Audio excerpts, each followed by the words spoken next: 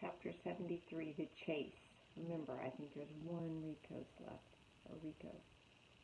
Rico 1 was standing in the great meadow. He stared up at the smoking hill of ash, and then down at the stampede of footprints around it. There had been a large bonfire with hundreds of animals and one robot. But why? The Rico couldn't make sense of what he was seeing. After thoroughly exploring the site, he continued through the meadow and into the forest. It was around that time that he lost communication with Rico 3, then Rico 2, and he knew that his partners had both been destroyed. Rico 1 would have to hunt down the target by himself. The hunter marched on. His blocky head swiveled from side to side, scanning for any sign of Roz. He was soon gazing across the glassy surface of a beaver pond. On the far side, a thread of smoke drifted up from another of those wooden domes.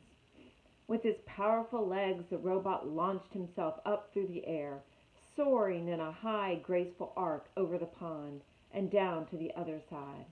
His heavy feet slammed into the ground, leaving deep craters in the garden by the dome. He hunched over and looked inside. Fur and feathers and the dying coals of a fire, but the target wasn't there. The Rico stood perfectly still and watched as soft rain began dripping down through the tiers of the forest. And then he sensed it. Up in the canopy, there was something that didn't belong. Roz had been spotted. The hunter watched his target drop from branch to branch to branch down to the forest floor. Then she bounded away through the thickly tangled underbrush without stirring a leaf, without snapping a twig, and vanished into the green. However, Rico 1 had other means of tracking her. He could sense her electronic signal.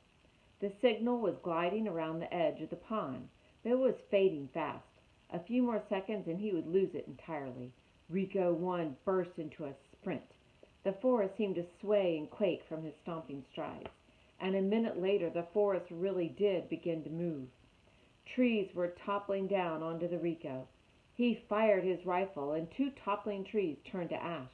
But then a third swung down through the smoke and hammered his body into the ground. Rico 1 shoved the tree aside, pulled himself up, and continued the hunt. He didn't notice the beavers diving back into the pond. Rico 1 tore through brambles, leaped over boulders, and suddenly the ground was caving beneath him. Down he fell into a deep pit, crashing against the bottom and twisting his leg. The robot violently pounded his leg back into shape. Then he launched himself up and out of the pit. He didn't notice the groundhogs watching from their tunnels. The hunter faced one trap after another. He was pelted with flaming pine cones, tripped by taut vines, and crunched by tumbling rocks. The hunter now limped and rattled and was covered in scars, but he kept going. Roz galloped back and forth across the island.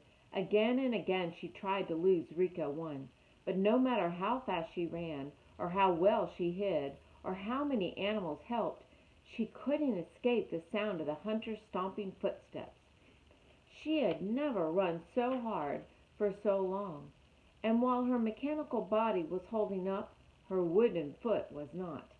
After hours of relentless pounding, it finally gave out. Here's Rico 1. His rifle.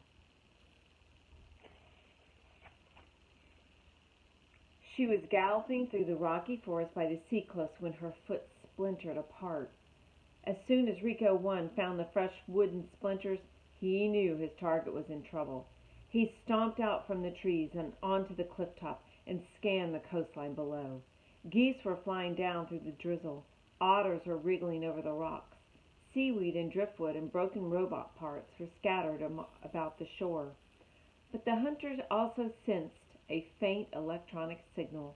Roz was down there somewhere. The hunter's blocky hand clamped onto the cliff top, and then, whoop, it detached.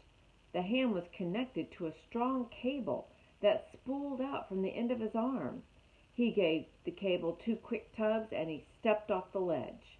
Can you imagine? He has his own, rope. It's part of his body. Rico 1 zipped down the cliffside, one arm releasing the cable, the other clutching his rifle.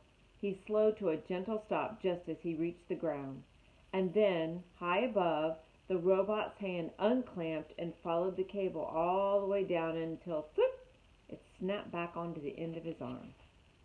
Geese squawked and otters squeaked as Rico 1 marched through the robot gravesite. The place was littered with torsos and limbs and heads.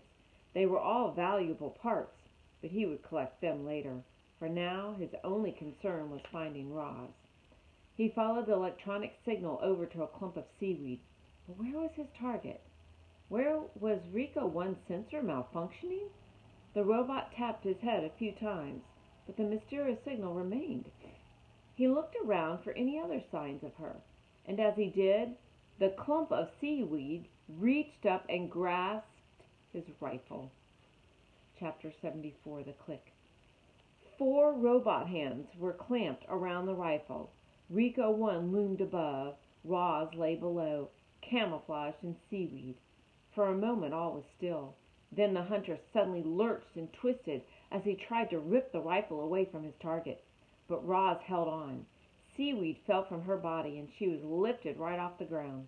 Her legs dangled in the air until she pounded a foot and a stump against the hunter's broad chest, leaned back and pulled on the rifle with all her strength. Waves crashed as the robots grappled for the weapon, but Roz was no match for Rico 1. The hunter was too big and too brutal. Roz could feel her body being pulled apart, but she could also feel the rifle being pulled apart. A faint glow appeared between her hands. The glow grew brighter and brighter, and then a blinding explosion launched the robots into opposite directions. Oh my goodness. When the smoke cleared, the shards of the rifle were everywhere. Rico 1's body was pocked with holes. One arm was charred and crippled. Roz's arms and legs had been blown completely off. She was now just a torso and a head. Inside her computer brain, our robot's survival instincts were blaring. Her battered body simply could not take any more damage. Clearly, Roz was not designed for combat, but Rico 1 was. He pulled himself to his feet, and he hobbled toward his target. Roz wanted to get up and run away, but without arms and legs, our robot couldn't move. She could only speak. "Please, do not deactivate me," she said. Rico 1 ignored her. His blocky hand reached past her face, touched the back of her head, and click.